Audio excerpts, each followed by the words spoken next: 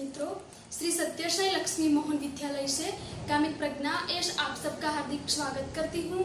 कक्षा 9 विषय हिंदी, इकाई 7 सूरदास के पद, जो एक पद्य है।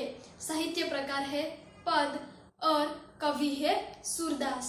तो बच्चों, सूरदास जो कवि है वो श्री कृष्ण के प्रति उनकी जो भक्ति थी और श्री कृष्ण ही उनके मन की एक शांति है, उनके बारे में कवि ने वर्णन किया है। और यहाँ पर सूरदास के पद में कवि ने 2 पद का वर्णन किया है, दिए हुए है, जिसमें पहला पद में कवि ने सूरदास की श्री कृष्ण के प्रति उनकी जो भक्ति है, उनकी जो अनन्य निष्ठा है, उनका वर्णन किया है।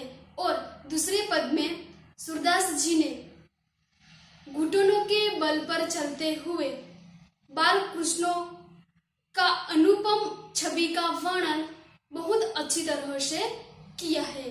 तो बच्चों, अब हम कवि का परिचय देखेंगे। कवि सूरदास जी का परिचय। कवि सूरदास जी का जन्म सन 1478 और उनका निधन सन 1573। महाकवि सूरदास जी का जन्म कुछ लोगों के मतानुसार दिल्ली के पास सिही नामक गांव में हुआ था। कई लोगों का मानना है कि उनका जन्म मथुरा के पास रुकना या रेणुका क्षेत्र में हुआ था। उनका जन्मांत होना भी विवादास्पद है। वल्लभाचार्य उनके गुरु थे। उनकी प्रेरणा से वे श्रीनाथ जी मंदिर में कृष्णों की लीलाओं से संबंधित पदों की रचना करते थे। ये कृष्णों के अनन्य भक्त थे। वात्सल्य एवं श्रृंगार रस के वर्णन में वे अद्वितीय है। प्रस्तुत पद में सूरदास की अनन्य भक्ति भावना का परिचय मिलता है। उनका मन सिवाय कृष्णों के कहीं और सुख नहीं पाता। जिन आँखों में कमल के समान नयन वाले श्री कृष्ण का दर्शन कर लिया हो, वे और देव की आराधना कैसे कर सकती है। आराध्य देव का गुणगान सुर ने किया है। दूसरे पद में भी कृष्णों का मनमोहक वर्णन किया है। बाल कृष्णों की चेष्टाओं के माध्यम से बालक कृष्णों का मनोरम्य वर्णन किया है। बच्चों, यहाँ पर है सूरदास के प्रथम पद, जिसमें सूरदास जी ने पहले पद में श्री कृष्णों के प्रति उनकी जो अनन्य भक्ति भाव है, उनकी जो निष्ठा है, उनका दर्शन किया है। तो बच्चों, प्रथम पद है, मेरो मन अनंत कहाँ सुख पावे, जैसे उड़ी जहाज को पंछी फिरी जहाज पर आवे। कमल नैन को छांडी महात्म और देव को ध्यावे, परम गंगा को छांडी पियासो दुर्मति कूप खनावे।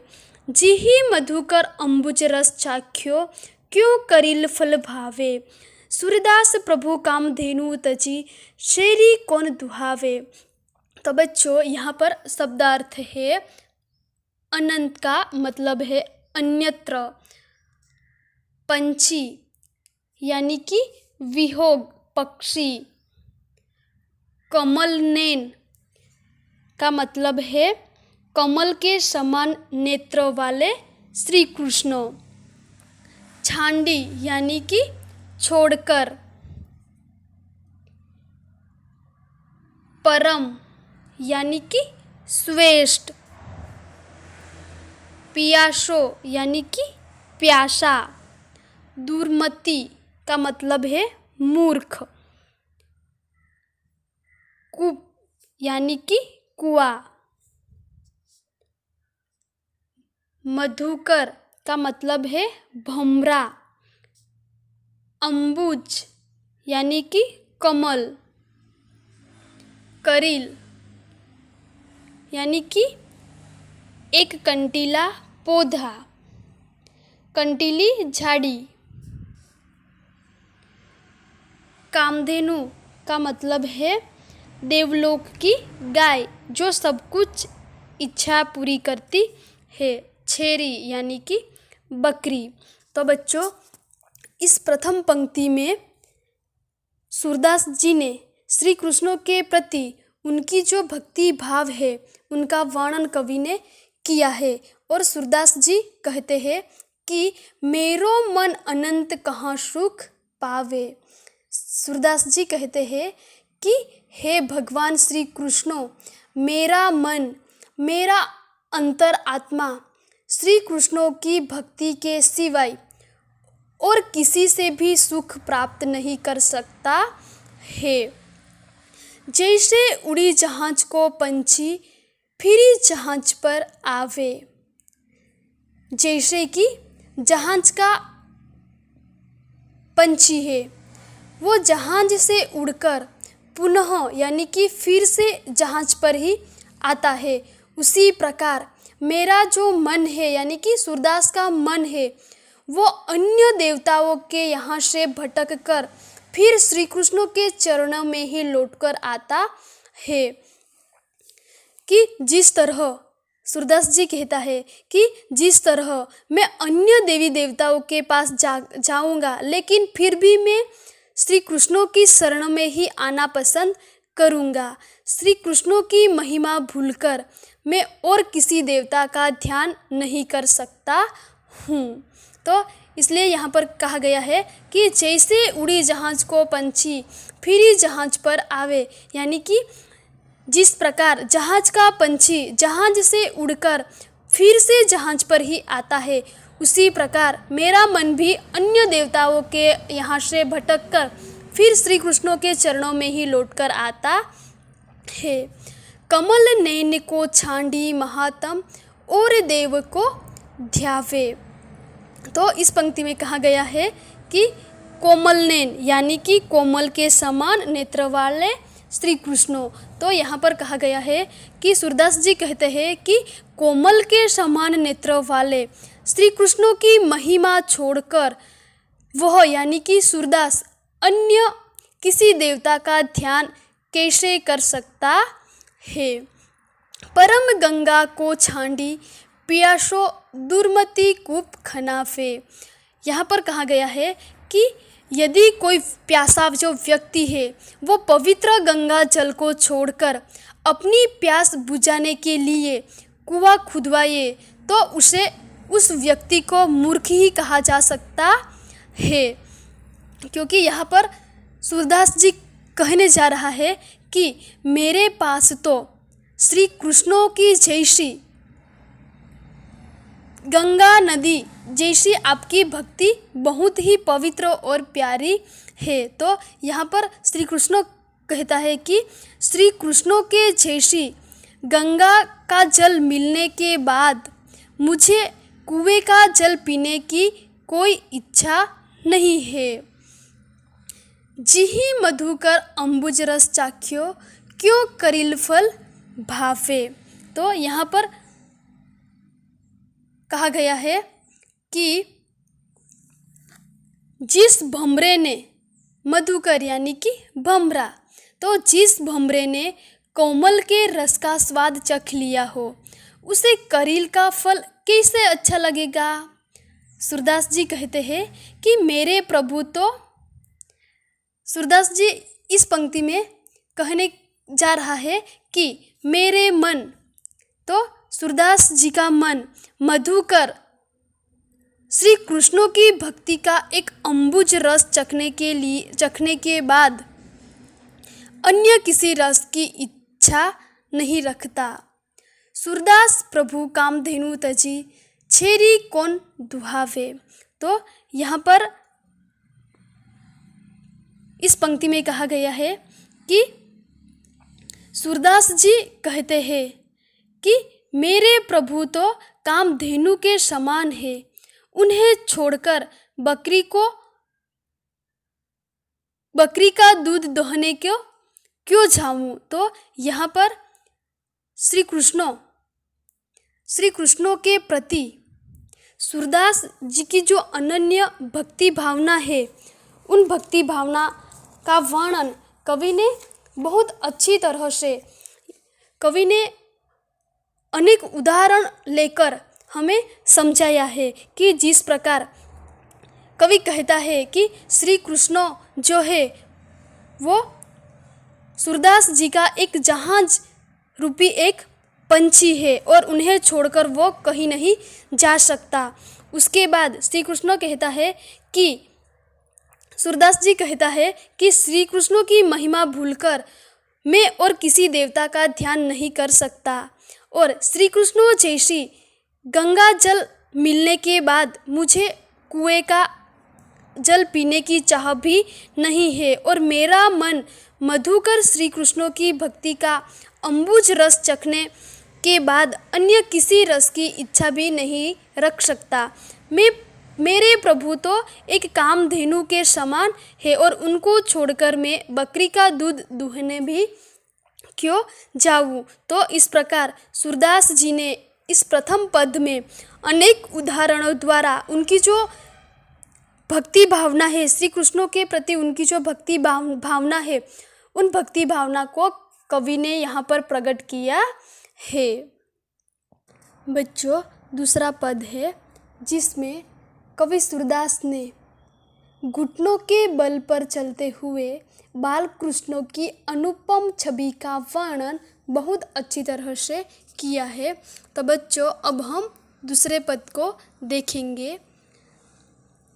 शोभित कर नवनीत लिए घुटुरुनी चलन रेणु तन मंडित, मुख दधि लेप किए चारु कपल लोल लोचन गोरोचन तिलक दिए, लट लटकनी मनुमत मधुपगन मादक मधु ही पिए, कठुला कंठ ब्रज के हरि नख राजत सुचिर घिए, धन्य सुर एक पल ही सुख का सत्कल्प जिए। तो बच्चों, यहाँ पर शब्दार्थ है कर यानी कि हाथ, नवनीत का मतलब है मक्खन, रेणु का मतलब है धूल, मंडित का मतलब है सुशोभित, दधी यानी कि दही, चारु का मतलब है सुंदर, कपोल यानी कि गाल, लोल यानी कि चंचल, लोचन का मतलब है नेत्र आँखें, गरोचन का मतलब है मस्तक पर तिलक करने का पीला द्रव्य, लट यानी कि सिर के बालों का गुच्छा, मनु का मतलब है मानो, मत का मतलब है मस्त, मधुप यानी कि भमरा, कटुला यानी कि चांदी की चौकियों की एक माला, के हरी नख यानी कि सिंह के नाखून, राजत यानी कि सुशोभित, सुचिर यानी कि सुंदर, इही यानी कि यह, का यानी कि क्या, सत का मतलब है सत सो, कल्प का मतलब है 4,32,00,000 वर्ष की अवधि। तो बच्चों, यहाँ पर प्रथम पंक्ति में कवि सूरदास जी कहते हैं कि शोभित कर नवनीत लिए, कर यानी कि हाथ, नवनीत का मतलब है मक्खन। तो यहाँ पर सूरदास जी कहते हैं कि हाथ में मक्खन लिए हुए बाल श्री कृष्ण अत्यंत सुंदर लग रहे हैं। घुटुरुनी चलन रेन तन मंडित, मुख दधि लेप किए, रेणु यानी कि धूल, मंडित का मतलब है सुशोभित, दधि यानी कि धूल, दही। तो इस दूसरी पंक्ति में श्री कृष्ण घुटनों के बल पर रहे हैं और उनके शरीर पर धूल लगी हुई है और उनके मुख में मक्खन भी लगा हुआ है। चारु कपल लोल लोचन गोरोचन तिलक दिए, चारु यानी कि सुंदर, कपल यानी कि गाल, लोल का मतलब है चंचल, लोचन का मतलब है नेत्र, आँखें। तो यहाँ पर कहा गया है कि श्री कृष्णों के गाल सुंदर और उनके नेत्र कैसे है, चंचल है। उनके माथे पर गरोचन का तिलक भी लगा हुआ है। लट लटकनी मनुमत मधु गण मादक मधु ही पिए। तो उनके सिर के दोनों ओर जो लोटे हैं वो झूल रही है, और वो लोटे कैसी लगती है, तो मस्त मधु पीकर मस्त हुए भंवरों के समान वो लोटे लग रही है। कठोला कंठ वज्र के हरि नख राजत सुचिर हिए। तो गले में पहनी हुई चांदी की चौकियों, बदनखा और बजुर बट्टू की माला हृदय पर सुशोभित हो रही है। धन्य सुर एक पल ही सुख का पद कल्प जिए। तो सूरदास जी कहते हैं कि हे बाल कृष्णो, इस छवि का यानी कि यहाँ पर सूरदास जी अपने बाल कृष्णों की छवि देखने का सुख एक पल के लिए भी मिल जाए तो भी जीवन धन्य हो जाए, फिर 100 कल्प तक जीने का कोई अर्थ नहीं। तो बच्चों, यहाँ पर सूरदास जी दूसरे पद में श्री कृष्णों की जो उनके स्वरूप की जो छवि है, उन सभी का दर्शन करने के लिए वो चाहता है, और इसलिए सूरदास जी कहते हैं कि बाल कृष्णों की इस छवि देखने का सुख एक पल के लिए भी मिल जाए तो जीवन धन्य हो जाइए, फिर 100 कल्प तक जीने का भी कोई अर्थ नहीं है। तो बच्चों, आशा रखती हूँ कि सूरदास के पद जो 2 पद दिए हुए हैं, जिनमें पहले पद है जिसमें श्री कृष्णों के प्रति सूरदास जी की जो अनन्य भक्ति है, उनका अनेक उदाहरण के द्वारा कवि सूरदास जी ने हमें समझाया है, और दूसरी पंक्ति में बाल कृष्णों का जो स्वरूप है, उनकी जो छवि है, उन छवि का वर्णन कवि ने बहुत अच्छी तरह से किया है। तो बच्चों, आशा रखती हूँ कि आपको सूरदास जी के जो 2 पद है, उन पदों को अच्छी तरह समझ आ गई होंगी। बच्चों, यहाँ पर मैंने पद 1 और पद 2 का शब्दार्थ लिखा है। तो बच्चों, ये शब्दार्थ आपको नोटबुक के अंदर लिखना है। साथ में यहाँ पर मैंने प्रश्नों 1 और प्रश्नों 2 में प्रश्नों लिखा है। पहला प्रश्न है, निम्नलिखित प्रश्नों के उत्तर एक एक वाक्य में लिखिए। पहला प्रश्न है, सूरदास का मन कहाँ सुख पाता है। दूसरा, जहाज का पंछी जहाज से उड़कर फिर कहाँ आता है। तीसरा है, सूरदास के मन मधुकर को करिल फल क्यों नहीं भाता। चौथा है, बाल कृष्णों के मुख पर किसका लेप किया हुआ है।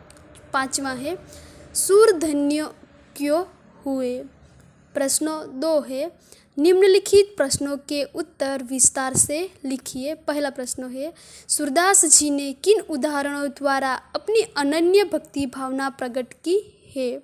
दूसरा है, बालक श्री कृष्णों के स्वरूप का वर्णन कीजिए। तीसरा है, सूरदास अपने आप को क्यों धन्य मानते हैं। तो बच्चों, शब्दार्थ और प्रश्नों का उत्तर आपको होमवर्क में नोटबुक के अंदर लिखना है। धन्यवाद।